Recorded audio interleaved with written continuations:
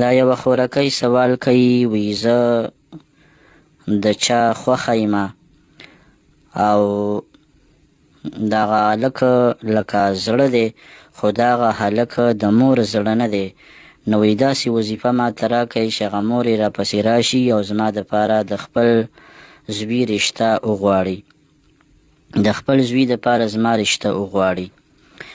نو د دې مقصد دا دی چې زه د یو هلک سره رشته کول غواړم او هغه هلک ما پسې رشته رالیږي، ښه یې زړه دی، خو مور یې زړه نه دی او مور یې وایي چې یاره دا مه کوه.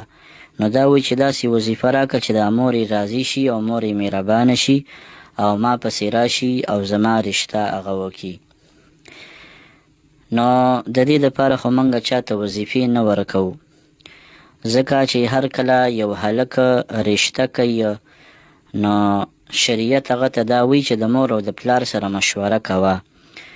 کله چې ستا د پلار خوښه نه وي، کله چې ستا د مور خوښه نه وي، نو ته پوه شه چې ستا په دې رشته کې خیر نشته دی. چې د پلار دې خوښه نه وي، د مور دې خوښه نه وي، نو په دې کې به څه خیر راشي؟ ولې پلار او مور خو همیشه دپاره د خپلې لور دپاره هم د ښې رشتې بندوبست کوي او د خپل زوی دپاره هم د ښې رشتې سوچ لري. نو کله چې هغوی په یو رشته باندې ناراضه دي، نو خامخا بیا په دې کې د دې هلک دپاره او بیا خاص کر ستاسو دپاره څه خیر نشي کېدلی. معززو، د شریعت مسله دا ده چې کله ستا لور بالغه شي او د هغې پسې پیغام د رشتې راشي، نو د مور او د پلار دا ذمه داري ده چې د دې لور نه به دا تپوس کوي چې لورې دا پلانکي دې د خپل زوی دپاره غواړي یا د ځان دپاره دې غواړي او د رشتې پسې دې جرګه راغلې ده، آیا ستا دا رشته خوښه ده او که نه، دوی له دې ورکو او که نه. دا د شریعت مسله ده چې لور کله بالغه وي نو داسې په پټو سترګو باندې د مور او پلار نه ورکوي، بلکې د هغې نه به تپوس کوي چې د هغې پې رضا وي نو بیا ورکول پکار دی.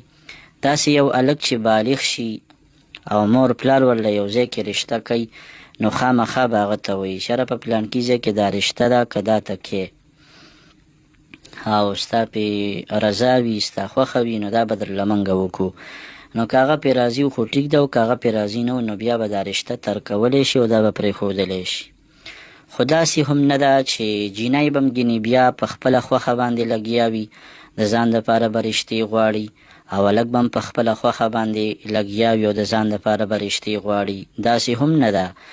نه، د مور او د پلار دومره قوت او پاور له الله ورکړی دی چې کله یو بالغه لور هم د چا سره په خپله خوښه باندې رشته وغواړي او رشتې کړې وي او مور او پلار د پته ولګي، نو که د دوی خپل منځ کې کفاءت نه و، برابروالی نه و، نو مور او پلار ته دا قوت حاصل دی چې دا رشته ختمه کړي او دا ماته کړي. نو به هر حال د مور او د پلار سره په دې کې مشوره ضروري ده. چې مور د سړي راضي نه وي، پلار د سړي راضي نه وي، نو په دې رشته کې به د هغه دپاره څه خیر وي؟ مور ته خفه کې، پلار ته خفه کې. دا بعضې کسان ډېر د جهالت نه کار اخلي که نه. یو ځای کې به یو رشته وي او کویدن به هم شوي وي، په کویدن کې به نکام شوي وي او دا به پسې نښتی وي، نه زه به خامخا دا کوم.